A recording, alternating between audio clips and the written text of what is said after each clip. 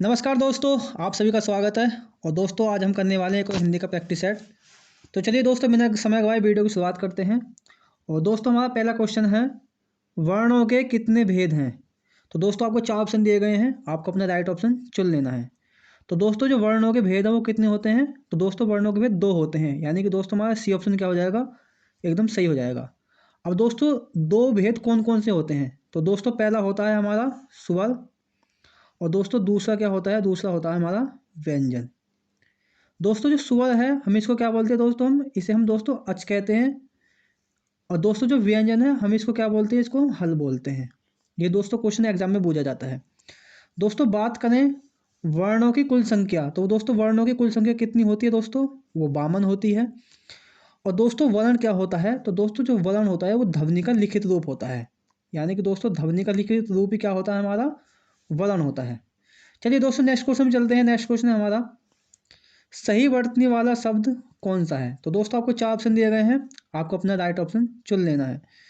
तो दोस्तों इस क्वेश्चन का जो राइट ऑप्शन है वो हो जाएगा ऑप्शन बी, यानी कि अभिव्यंजनवाद बिल्कुल क्या है दोस्तों, एकदम सही वर्तनी लिखी हुई है। चलिए दोस्तों नेक्स्ट क्वेश्चन में चलते हैं। नेक्स्ट क्वेश्चन है हमारा, अल्प विराम का प्रयोग इनमें से कहाँ किया जाता है। तो दोस्तों आपको चार ऑप्शन दिए गए हैं, आपको अपना राइट ऑप्शन चुन लेना है।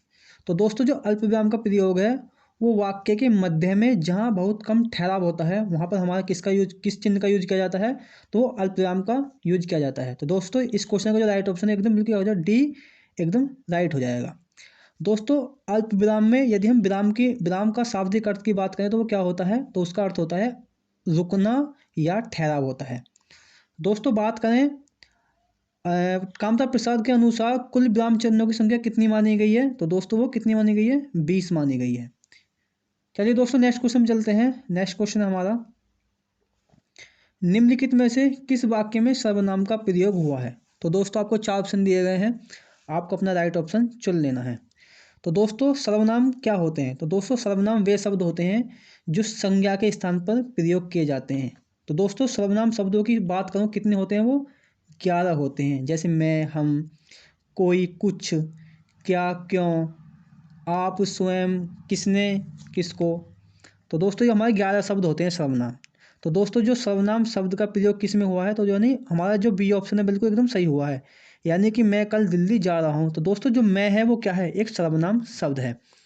दोस्तों बात करें सर्वनाम के भेद की, तो दोस्तों सर्वनाम के कुल कितने भेद होते हैं, तो वो दोस्तों 6 भेद होते हैं सर्वनाम के।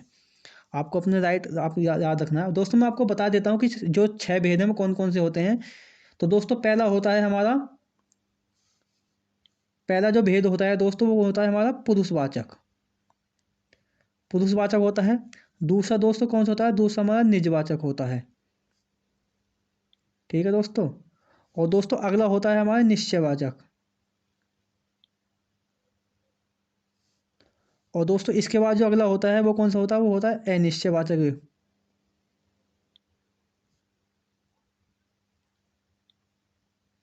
और दोस्तों इसके बाद दो होते हैं, एक होता है संबंधवाचक, और दोस्तों एक होता है हमारा कौन सा, प्रश्नवाचक। तो दोस्तों ये क्या होते हैं, ये हमारे सर्वनाम के 6 भेद होते हैं, आपको इन्हें क्या दोस्तों ध्यान भी रखना है। चलिए दोस्तों नेक्स्ट क्वेश्चन में चलते हैं। नेक्स्ट क्वेश्चन है हमारा, विशेषण का लिंग किसके अनुसार होता है। तो दोस्तों आपको चार ऑप्शन दिए गए हैं, आपको अपना राइट ऑप्शन चुन लेना है।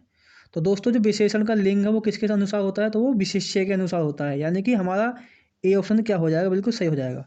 अब दोस्तों विशेष्य क्या होते हैं, तो दोस्तों यदि मैं विशेष्य की बात करूँ तो ये क्या होते हैं दोस्तों, तो दो विशेष्य है ना दोस्तों, ये क्या होते हैं, हमारे संज्ञा सर्वनाम शब्द होते हैं। यानी कि जो संज्ञा सर्वनाम क्या होते हैं इनको क्या कहते हैं हम दोस्तों, विशेष्य कहते हैं। और संज्ञा सर्वनाम की विशेषता बताने वाले शब्द क्या होते हैं, वो विशेषण कहलाते हैं। ठीक है दोस्तों। दोस्तों यदि मैं बात करूं कि विशेषण के, चलिए दोस्तों नेक्स्ट क्वेश्चन चलते हैं। नेक्स्ट क्वेश्चन हमारा, कि संज्ञा का भेद नहीं है। तो दोस्तों आपको चार ऑप्शन दिए गए हैं, आपको अपना राइट ऑप्शन चुन लेना है। तो दोस्तों आप सभी जानते होंगे कि संज्ञा के कितने भेद होते हैं, संज्ञा के 5 भेद होते हैं। दोस्तों मैं आपको बता देता हूँ कौन कौन से होते हैं। एक तो हमारा व्यक्तिवाचक होता है, एक हमारा जातिवाचक होता है, एक हमारा भाववाचक होता है, और दोस्तों एक हमारा पदार्थवाचक होता है, और एक दोस्तों हमारा क्या होता है, समूहवाचक होता है। तो दोस्तों अब कौन सा नहीं होता है, तो दोस्तों आपको पता होगा कि जो वो हमारा कौन सा होता है दोस्तों, निजवाचक नहीं होता है। निजवाचक हमारा क्या होता है दोस्तों, ये हमारा क्या होता है, सर्वनाम होता है निजवाचक। तो वो क्या होता है, हमारा संज्ञा का भेद नहीं होता है। तो यार इस क्वेश्चन का जो राइट ऑप्शन है क्या हो जाएगा, ऑप्शन सी हो जाएगा। चलिए दोस्तों नेक्स्ट क्वेश्चन में चलते हैं। नेक्स्ट क्वेश्चन है हमारा, हमें प्रतिदिन सूर्य नमस्कार करना चाहिए, रेखांकित शब्द को पहचानिए। तो दोस्तों आपको 4 ऑप्शन दिए गए हैं, आपको अपना राइट ऑप्शन चुन लेना है। तो दोस्तों जो इसमें रेखांकित शब्द है वो क्या है दोस्तों, वो क्या है, हमारा एक अवयव है। क्या है दोस्तों, वो अवयव है। अब दोस्तों यानी कि इस क्वेश्चन का हमारा बी ऑप्शन एकदम सही हो जाएगा। अब दोस्तों यदि हम बात करें अवयव, अवयव के कुल कितने भेद होते हैं, तो दोस्तों अवयव के 4 भेद होते हैं। पहले दोस्तों मैं आपको ये बता देता हूँ अवयव होते क्या हैं। तो दोस्तों अवयव जो होते हैं वो अविकारी शब्द होते हैं, अर्थात जो लिंग वचन कारक काल के अनुसार क्या होते हैं दोस्तों, बदलते नहीं है, यानी इनमें कोई परिवर्तन नहीं आता है। अब दोस्तों विकारी क्या होते हैं, विकारी वे शब्द होते हैं जो लिंग वचन कारक काल के अनुसार क्या होते हैं, बदल जाते हैं, जैसे संज्ञा सर्वनाम क्रिया विशेषण, ये हमारे क्या होते हैं, विकारी शब्द होते हैं। चलिए दोस्तों नेक्स्ट क्वेश्चन में चलते हैं। नेक्स्ट क्वेश्चन है हमारा, निम्नलिखित में से कौन सा शब्द स्त्रीलिंग नहीं है। तो दोस्तों आपको 4 ऑप्शन दिए गए हैं, आपको अपना राइट ऑप्शन चुन लेना है। तो दोस्तों इस क्वेश्चन का जो राइट ऑप्शन हो जाएगा वो हो जाएगा ऑप्शन बी, यानी कि हमारा झुरमुट क्या है, जो बिल्कुल हमारा सही ऑप्शन है। ये क्या है दोस्तों, ये पुल्लिंग शब्द है। बाकी जो सारे शब्द हैं वो क्या है दोस्तों, हमारे स्त्रीलिंग शब्द हैं दोस्तों। अब दोस्तों जो हमारे आपको दोस्तों पता होगा कि जो लिंग लिंग जो होते हैं हमारे कितने होते हैं, दो लिंग के 2 भेद होते हैं। एक तो कौन सा होता है दोस्तों, एक होता है हमारा स्त्रीलिंग, और दोस्तों एक क्या होता है हमारा, एक होता है हमारा दोस्तों पुल्लिंग।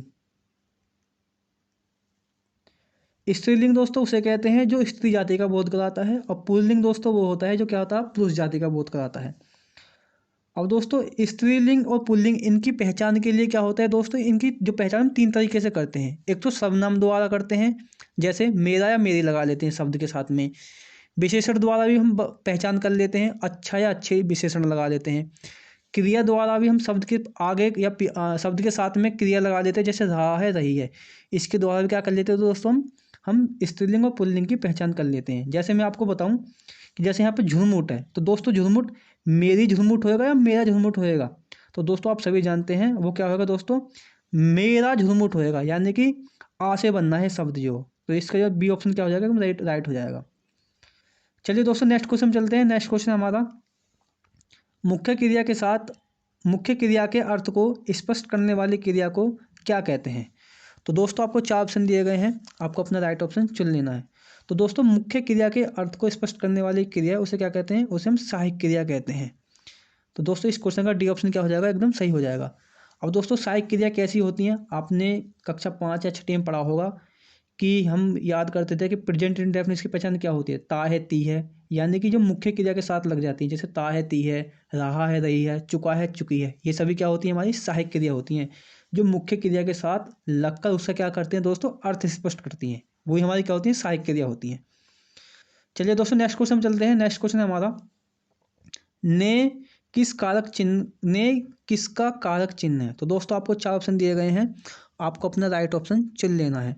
तो दोस्तों इस क्वेश्चन का जो राइट ऑप्शन हो जाएगा वो हो जाएगा एक ऑप्शन ए, यानी कि कर्ता कारक। जो दोस्तों कर्ता कारक होता है उसकी जो पहचान क्या होती है, ने होती है। अब दोस्तों यदि मैं बात करूं, जो कारक होते हैं दोस्तों इनको क्या कहते हैं दोस्तों, परिसर्ग भी कहते हैं। दोस्तों बात करें हम कारक चिन्हों की कुल संख्या कितनी होती है, तो वो कितनी होती है दोस्तों, कारक चिन्हों की कुल संख्या 8 होती है। चलिए दोस्तों नेक्स्ट क्वेश्चन चलते हैं। नेक्स्ट क्वेश्चन है हमारा, अल्प का विलोम शब्द क्या है। तो दोस्तों आपको 4 ऑप्शन दिए गए हैं, आपको अपना राइट ऑप्शन चुन लेना है। तो दोस्तों जो अल्प माने होता है बहुत कम, और कोई चीज़ कम है तो उसका उल्टा क्या होएगा, ज़्यादा होएगा। ज़्यादा मतलब अति। आपने सुना भी होगा कि बहुत से कहते हैं तू इसने तो बिल्कुल अति कर दी, मतलब अति का मतलब होता है कि यानी अपनी सीमा से भी ऊपर का काम कर देना, उसे हम अति कह देते हैं। तो यानी कि डी ऑप्शन क्या हो जाएगा, इसका बिल्कुल एकदम राइट ऑप्शन हो जाएगा। चलिए दोस्तों नेक्स्ट क्वेश्चन चलते हैं। नेक्स्ट क्वेश्चन हमारा, इनमें से अपील शब्द क्या है। तो दोस्तों आपको 4 ऑप्शन दिए गए हैं, आपको अपना राइट ऑप्शन चुन लेना है।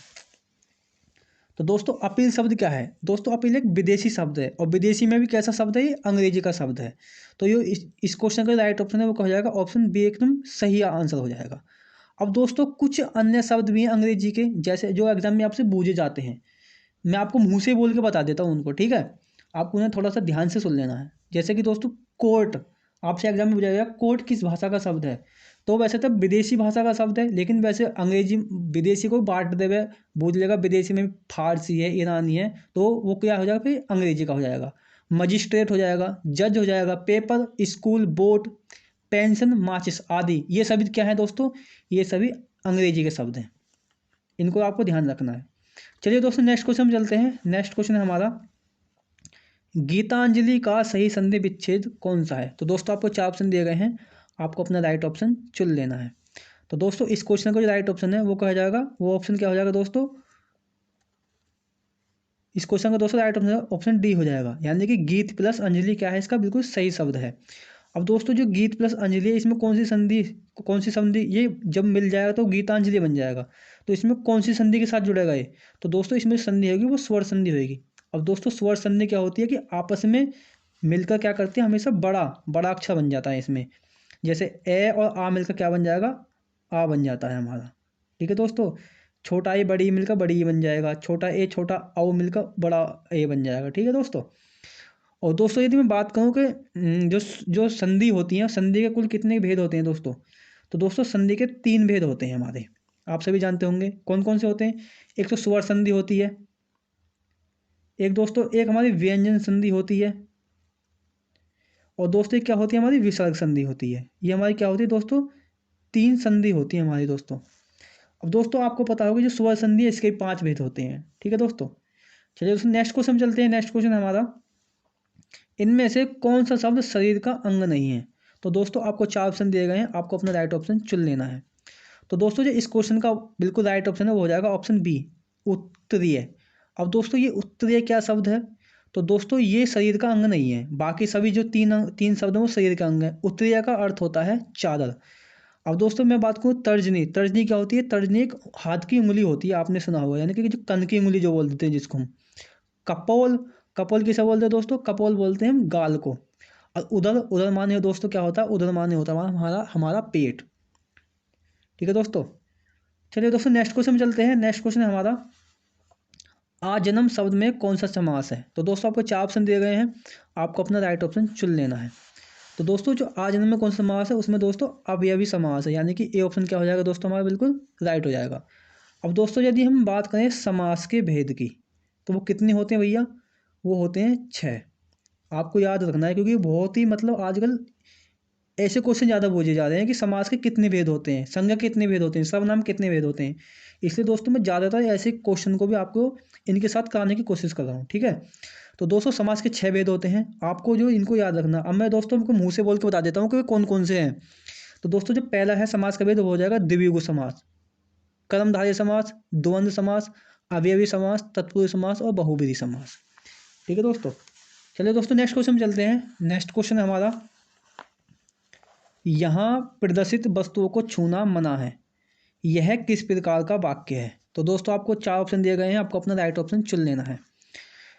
तो दोस्तों इस क्वेश्चन का जो राइट ऑप्शन रहेगा वो हो जाएगा ऑप्शन बी, यानी कि एक ऐसा वाक्य है, ये दोस्तों एक निषेधवाचक वाक्य है। इससे क्योंकि दोस्तों इसमें क्या है, किसी चीज़ को मना कर रहा है, यानी कि इससे हमें क्या पता चल रही है, नेगेटिव सेंस के बारे में पता चल रहा है हमसे।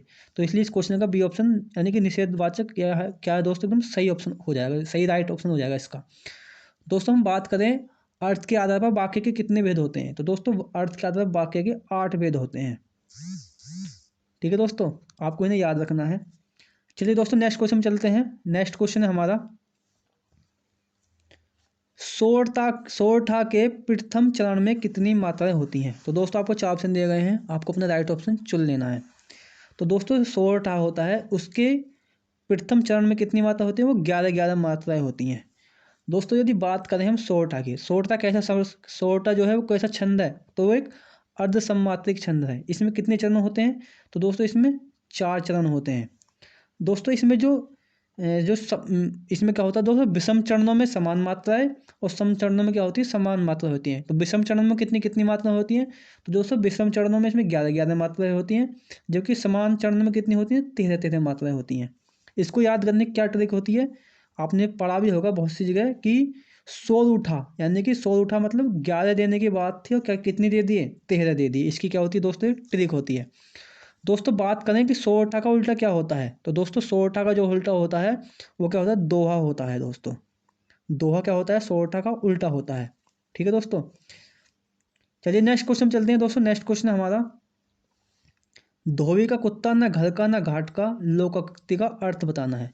तो दोस्तों आपको 4 ऑप्शन दिए गए हैं, आपको अपना राइट ऑप्शन चुन लेना है। तो दोस्तों इस क्वेश्चन का जो राइट ऑप्शन हो जाएगा वो हो जाएगा ऑप्शन डी, यानी कि कहीं और ठिकाना न होना। चलिए दोस्तों नेक्स्ट क्वेश्चन चलते हैं। नेक्स्ट क्वेश्चन है हमारा, ज्ञान राशि के संचित कोष का नाम साहित्य है, यह किसन कथन किसका है। तो दोस्तों आपको 4 ऑप्शन दिए गए हैं, आपको अपना राइट ऑप्शन चुन लेना है। तो दोस्तों इस क्वेश्चन का राइट ऑप्शन है वो हो जाएगा ऑप्शन डी, यानी कि महावीर प्रसाद द्विवेदी का ये कथन है। चलिए दोस्तों नेक्स्ट क्वेश्चन में चलते हैं। नेक्स्ट क्वेश्चन है हमारा, खुदा बख्श पुस्तकालय कहाँ स्थित है। तो दोस्तों आपको 4 ऑप्शन दिए गए हैं, आपको अपना राइट ऑप्शन चुन लेना है। तो दोस्तों जो खुदा बख्श पुस्तकालय वो कहाँ पर स्थित है, तो दोस्तों वो कहाँ, पटना में स्थित है, यानी कि हमारा क्या हो जाएगा, सी ऑप्शन एकदम राइट हो जाएगा। दोस्तों ये यूपीएससी 2021 में पूछा गया क्वेश्चन है। चलिए दोस्तों नेक्स्ट क्वेश्चन चलते हैं। नेक्स्ट क्वेश्चन हमारा, एडमिनिस्ट्रेटिव कंट्रोल का हिंदी पर्याय कौन सा है। तो दोस्तों आपको 4 ऑप्शन दिए गए हैं, आपको अपना राइट ऑप्शन चुन लेना है।